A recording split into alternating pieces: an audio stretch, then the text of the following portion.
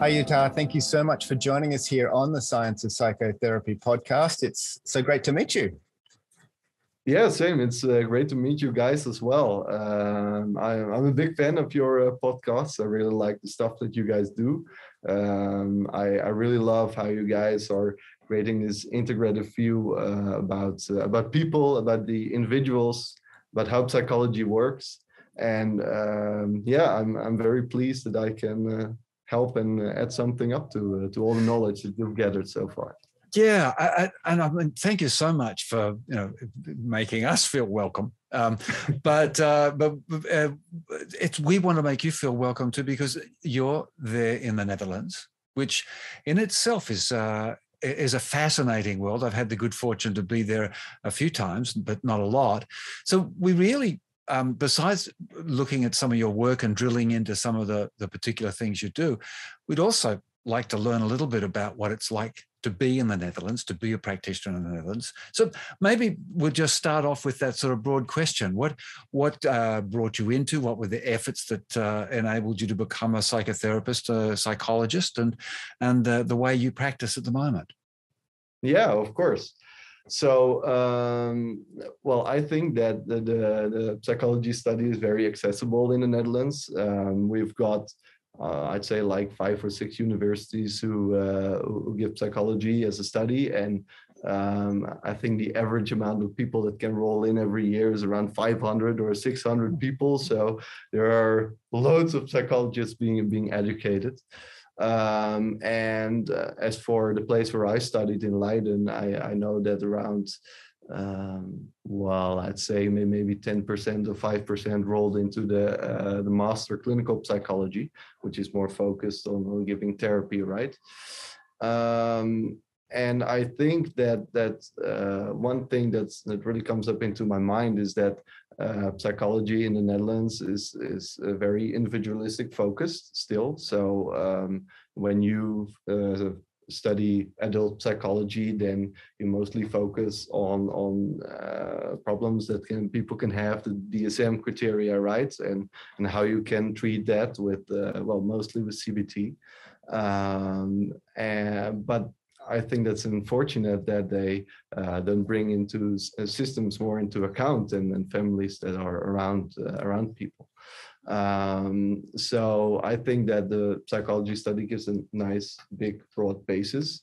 But after you finish your study, you're not completely a therapist yet. You started your work, and then you try things and you try to help clients. But actually, what I hear from all the people who started, they don't really know what they're doing, or so it feels. Like that, and then it really helps to follow some more postmaster studies and develop yourself as a therapist. So yeah, that's how I think it works in the Netherlands. You get a basic amount of knowledge, but after that you need to to continue developing yourself and continue to follow some studies to grow. Are you part of an association? Are there different associations where you have to have supervision and that sort of thing? Mm-hmm. Yeah, I mean, there's the Association for this adult psychology, right? It's called the NIP, and then we have got an association for youth and child mental health care. It's called SKA, and basically what you have to do is you have to have followed enough supervisions and have followed enough forms of education in order to stay registered to that. So it's a light way, or so to speak, to ensure that people are, they are professionals. I can almost see the difficulty that you're talking about straight away there, that in the sense of being able to work in a systems way, in a family systems, and looking at the variety of people, because you've got, one association for adult-based practitioners, mm-hmm. and one association for youth and different. Because I know from your background and just some of the things that we've been able to read about you, that actually working in systems, working in the families, looking at more than one person at a time is your preference. It is actually part of the work you do. And you work at a particular place where you're asked to make these sorts of assessments. Tell us a bit about that. Yeah, so I think it's very interesting to talk about the context. So I work at the opvoedpolie, which you could translate into the parenting poly. And the wonderful thing is that we really got a very healthy system of colleagues working here. So colleagues are very friendly. They are very cooperative. They care a lot about each other. We've got a lot of different disciplines working here. We've got system therapists. We've got therapists specialized in attachment. We've got play therapists. We've got therapists who are more focused on body therapy, right? On psychosocial body connections, and also the standard things like cognitive behavior therapy or EMDR. But a wonderful thing is that because everyone feels so safe here and everyone is so accessible for cooperating and asking help, I think you can take on much more complex clients, and you can really be there for the client because you always feel secure. You always got someone having your back, right? We work mostly with systems, so with the child, but also with the parents and the family around that. And I think that also has to do with the motto that we have at the opvoedpolie, which is we do what is necessary, or we do what we must. And that means that we don't stick to a certain protocol. Of course, protocols can be very helpful and they can be useful for treating depressions or anxieties, but more often than not, the clients that we see have a wide variety of problems, so they need a unique approach. And how we do that is we really take the time to connect to the client, to establish a strong therapeutic relationship. And we do that by not being judgmental, but just standing next to the client and really asking out how life is for them and how things work for them. And after we've connected with them, we take the time to get a broad view on how the problems developed or why they are struggling in life. And we do that through sitting with the client, with the child, and understanding their child factors that can come into play. So for example, the development of their personality, or things like ADHD or autism, or their IQ. But then we also take into account how the family works around the client, right? So some families can be more strict, some can be more open, or some can struggle financially, or some can be quite rich and have other standards. And we really try to find the strengths and weaknesses both in the client and the system, and then try to check out on how they both can work together to cover up for the vulnerabilities of the client or the worries that the system has. And that is where I think the magic happens, right? To check out the interaction between the client and the system, which interactions are helpful and which should be promoted, and which interactions can cause the symptoms to worsen or stick into their place, and should be treated. Now, you've got a number of different specialists within your group. Will a client see a number of different specialists, or they sort of stick with the one? How does that work? Yeah, so once we went through this research phase, or so to speak, once we checked out what the client is struggling with and what the strengths are, we think about which therapy fits the client the best. So we propose, for example, if we have a client who is more into theater and dramatics and stuff like that, then we would propose a drama therapist to work with the client. Unfortunately, we don't have a drama therapist anymore, but before we had that, and that really brought wonderful results. And then sometimes we add something up to that as well if the client has time and space for that. We can also combine it with some CBT or I don't know, schema therapy, whatever floats your boat. And yeah, I think after that you can evaluate the results and check out if more is needed. So we really take an integrative approach. Yeah. There's always an interesting thing, that perception of Europe when we look there particularly as you move north. Holland, and then you move into the Scandinavian areas. There seems to be just a different way of I suppose, engaging with the world. There seems to be more cooperativeness, and I suspect that this extends over a long period of time and reflected in the politics and various arrangements. I do know that in some places, even though there's a great deal more awareness and more social engagement, not everywhere is as touchy-feely and as cuddly.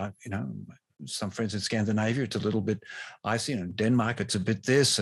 Holland, and that is quite fascinating. But it's almost like there's a persona that invades these more northern, colder areas. But it's quite different in Scotland, which is also quite cold. So, is there anything there that resonates, or that you've thought about the differences, how we're different from a lot of the other places in the world?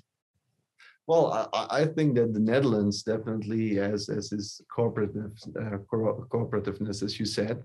People are kind of very willing to help each other out, and they're willing to listen to each other. And at the same time, they can also be quite straightforward, right? So Dutch people say what they think to each other in a very honest but polite way. Yeah. So they're very direct. But there's definitely, I would say, a very big sense of safety when you walk over the streets, right? You don't feel threatened by people. You can just always ask people for help, and they'll be there for you. So I definitely see that in the Netherlands, that there's an openness for people. But at the same time, I think that even though there's this possibility to ask for help, and that people will generally help you out, people always can feel a little bit, I don't know, ashamed or held back as well to ask for it, right? So it's there are two forces working against each other. And I think that in therapy, definitely we try to learn clients to ask more help, right? And then we've got I guess we're quite spoiled in the Netherlands that if they get over that big hill of asking for help, then they'll get it quite fast and quite quickly.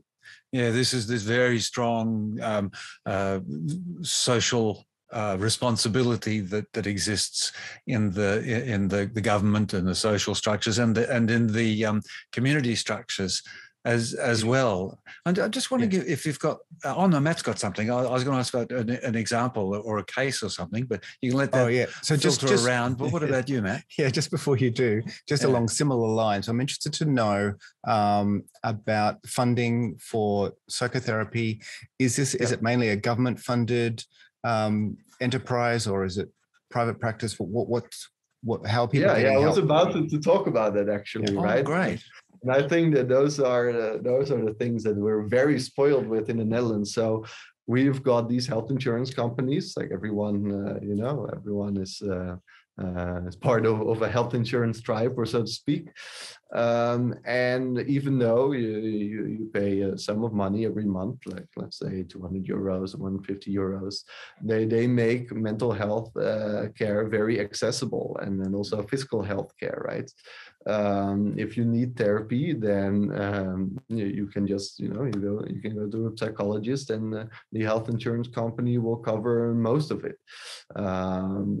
And I think that that's wonderful, because it allows people to find help really, really quickly if they need it. At the same time, there is this thing going on where there are big lines of queues, right, where people have to wait in order to get in line with the therapist. So the average waiting time is, I think, around 6 to 9 months in order to get access to a therapist, and it's very long. So there's a lot of need for help, and there are just enough or insufficient psychologists, you could say, to help all the people out. And at the same time, I think that also has to do with a cultural vulnerability, I say, of the Netherlands, which is that we're pretty individualistic focused. So we've got this Western attitude where we think that we have to do everything ourselves as much as possible. Even though there's a lot of help available, everyone's open for it, we still feel like we have to do it ourselves, and that we have to work hard and then to get a good job and a good study. And we tend to reflect a lot on our own behavior, but we're not or less aware on how our behavior is formed by the families or the friends or relationships around us. And that's something that you also see back in how people try to solve problems, right? Like they struggle with something and then they go to a therapist. And it's even how therapy itself works. So the health insurance companies cover most of the therapies, but unfortunately, when we talk about system therapy, that is something that is hardly covered at all by health insurance companies.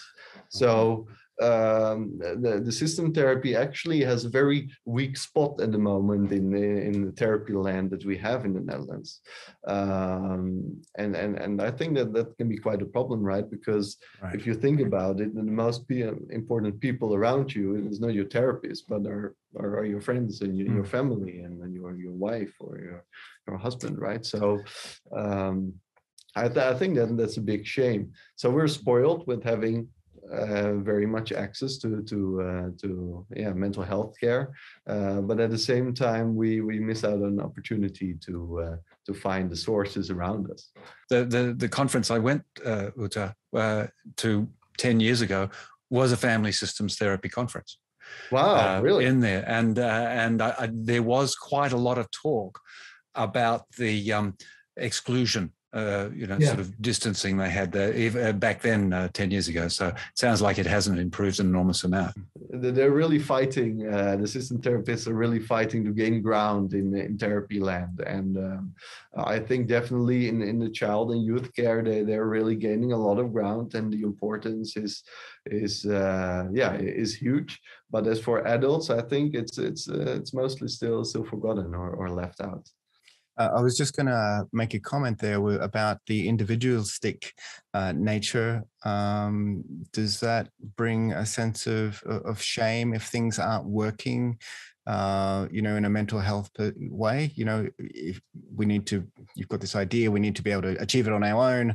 We're individualistic. So if things aren't quite working with my mental health, is that a point of shame?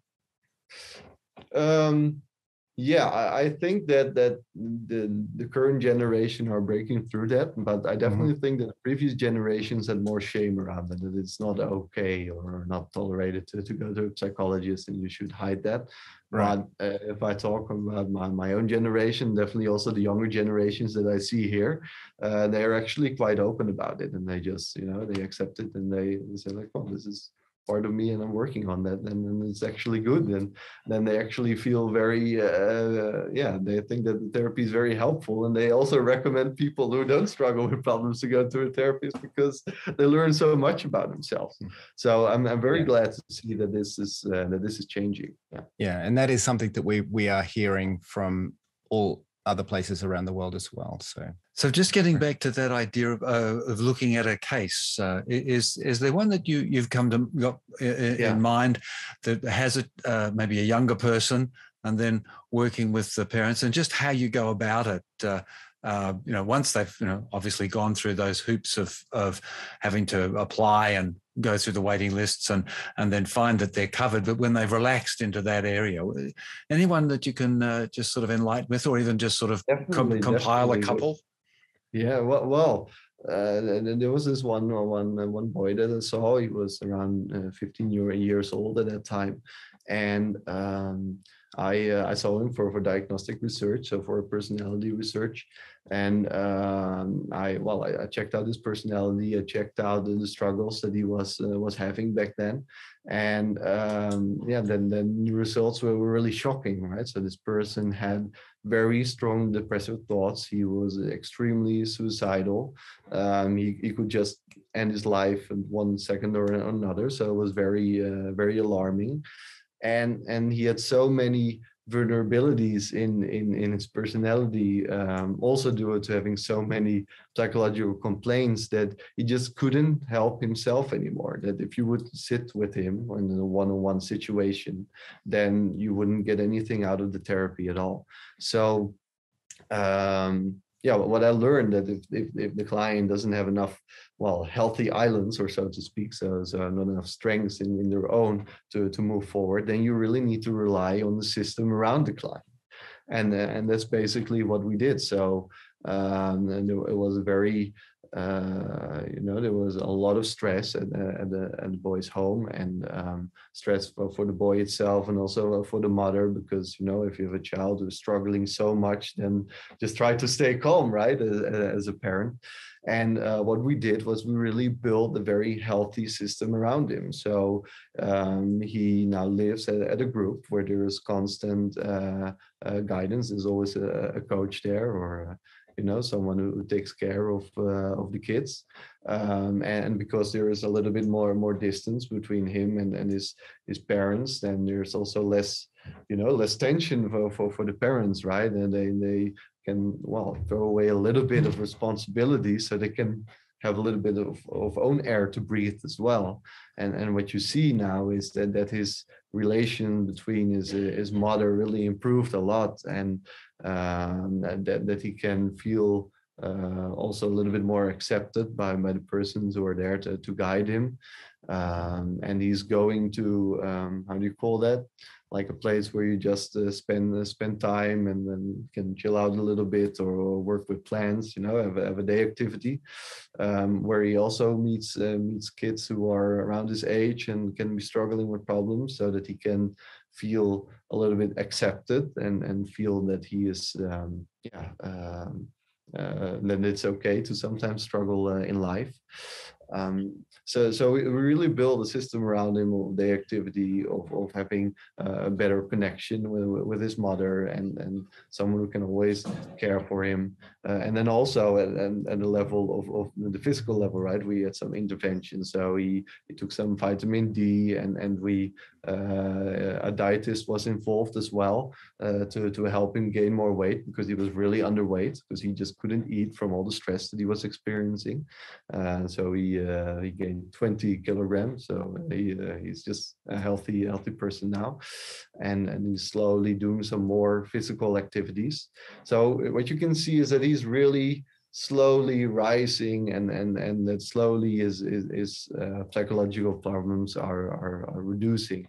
It's definitely not where he wants himself to be, because he's still struggling with depression, of course, but he definitely has improved. He is not as suicidal as before, and he is not damaging himself. He was also auto-mutilating before. So I think that's a beautiful example of how a good system around someone can really lead to improvement. And also a terrific example in family systems therapy. It's not about how to make everything pally and peachy keen and bring you back to happy families. Sometimes it is just that. That was fascinating. That actually the problem was that the family was too isolated in there, or the family themselves were too interdependent, and you needed to actually pull them away in order for them to be able to relax enough, or that just, and this can happen as you go along. I mean, we all know the difficulties. Well, says us with grey hair and things and grey beards. The difficulty. There is a great difficulty in teenagerhood, and it's really hard to walk that balance. And were you able to help the parents as well? Did they take on advice as well, or was the focus mainly on the boy, and then allowing the parents to have the space to use their own maturity to develop?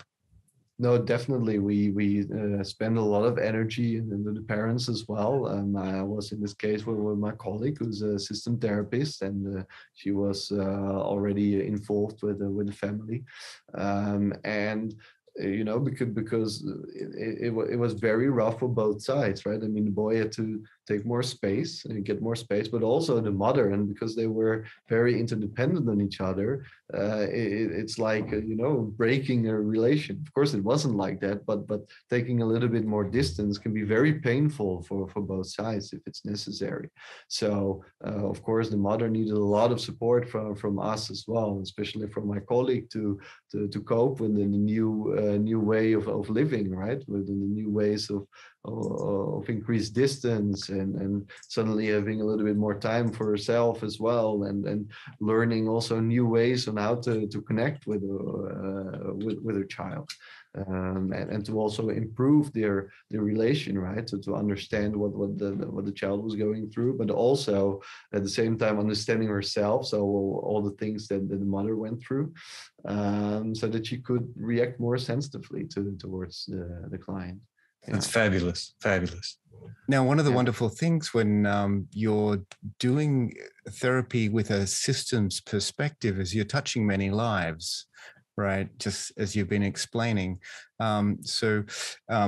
Well, first of all, it seems odd to me that you said the funding for this systems approach isn't quite there as it is with more individual adult healthcare, right? So for the child and youth healthcare, we've got a lot of money available. It's really great. Like the municipalities, the government really has this goal to strengthen the next generations. So what we often see, right, that if for example, the grandparents have experienced trauma, in our case, in the Netherlands, like the Second World War, then the trauma is given over to the other generation, and then the third generation is mostly able to talk about it and reflect on it and improve.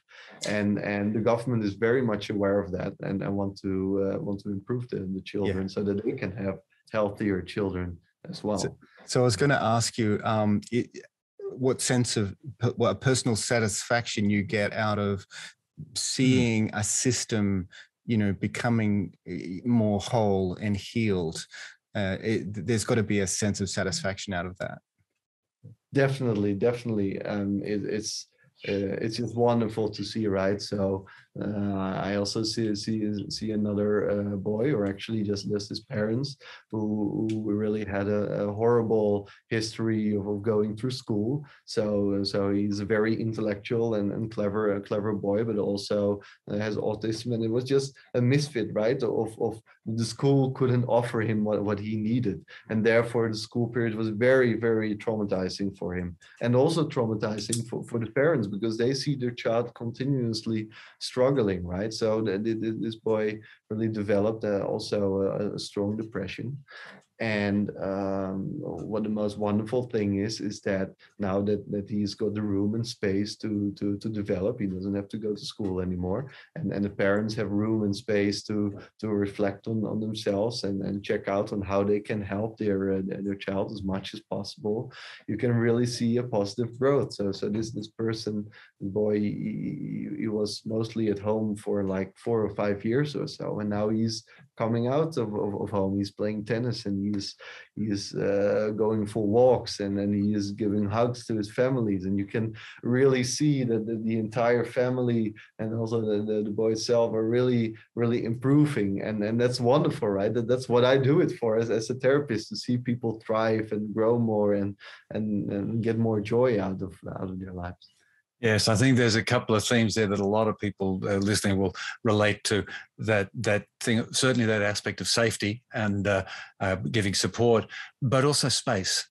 And there's mechanisms and failures in our modern culture, and I think that we can go back through history and see repeats of this in history. But we're doing it differently now because of the nature of I suppose our industrialization, and I suppose our increased populations, but also the sort of the closing in that the internet and various things that they can close people in and make them feel unable to escape pressures. So that's really lovely to hear you say that, just sort of as just a fundamental part. If you just give people space, sometimes we We were talking with another friend recently. He does outdoor therapy, and so rather literally, they produce. They give them the opportunity to be in more space by taking them outside of the sort of urban environment. Really, really, really interesting. Yeah. I mean, we must be very aware, right, that we live within system, within system, within system. The government is one big system, and then we've got all the facilities around them and the companies, and that really has influence on how we develop as a culture as well, or as individuals. And in the Netherlands, I think we're pretty spoiled. I mean, we belong to one of the richest countries in the world, and we've got great mental and physical health care, and we've got a lot of opportunities to do sports, to go to the theaters, to do stuff with friends. I think that most people, because you're used to it, right? Like we get into this homeostasis where we're used to being spoiled, or so to speak. So many people can forget that. But I think that we should be very grateful for the good economics that we have in the Netherlands, at least, and also I think in Australia and other countries. Yeah, it's very true. We've got lots of wonderful things. We have our issues that we still have to clean up, but as long as we work at it, and we work at it hard. We could talk forever, but as you know, these podcasts, they have a limited listening to span, and I think we're kind of getting towards the edge of that now.